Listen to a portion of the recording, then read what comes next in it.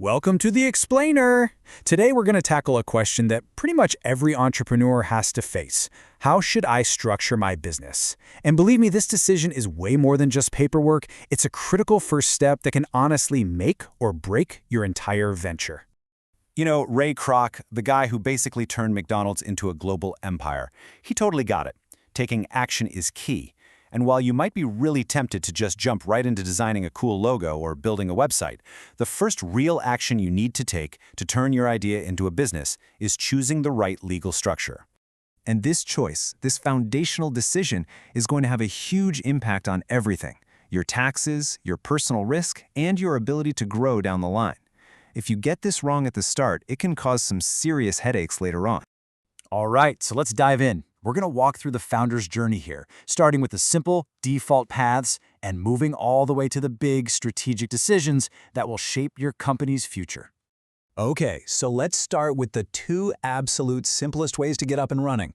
In fact, if you just start selling something, a product, a service, whatever, without filing any paperwork, you automatically become one of these two things.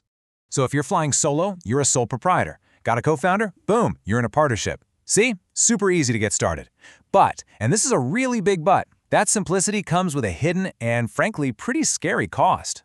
And that hidden cost is a massive risk called unlimited personal liability. Now, this is a legal term, but it's something every single new business owner absolutely needs to understand, because it can have a profound, and I mean profound, impact on your personal finances. So what does this actually mean? Well, it means that legally there is no wall between you and your business. You are the business. So if the business gets sued or racks up a bunch of debt, creditors can come after your personal assets. We're talking your house, your car, your savings account to get paid. So think about it. A seemingly small mistake, right? A photographer's files get corrupted. That could easily turn into a lawsuit that puts their entire personal savings at risk. This is exactly why most businesses that are serious about growing don't stick with these simple structures for very long. So to solve this huge liability problem, entrepreneurs upgrade to structures that create that legal shield. You can think of it like building a financial firewall between your business life and your personal life. These aren't just fancy names. They are legally separate entities from you, the owner. So the business can be sued, sure, but your personal assets are protected. That protection is called limited liability. And honestly, it is a total game changer. This slide right here really gets to the heart of it. As you can see, all three of these structures give you that limited liability we just talked about.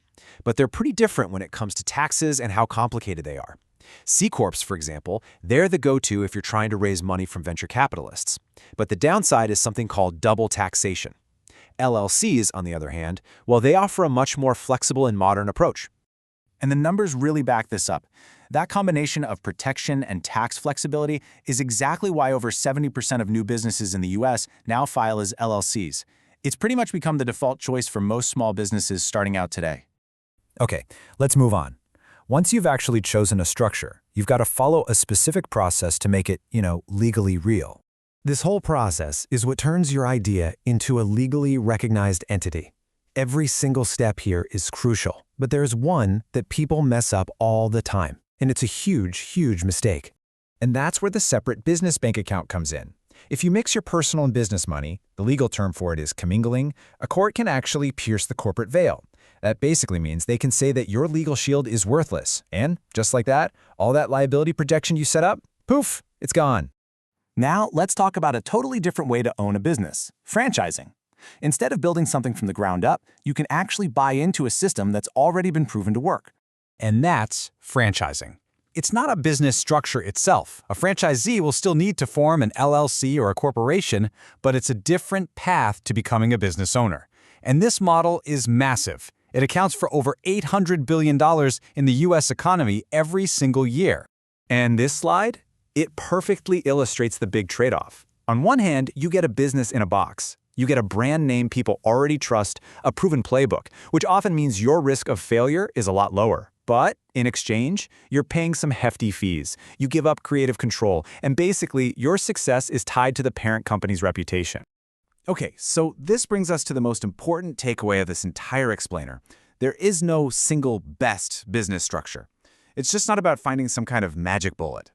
The choice you make has to line up with your specific strategy and your vision for the business. I mean, are you trying to build a small local shop, or are you trying to build the next global tech giant? The answer changes everything.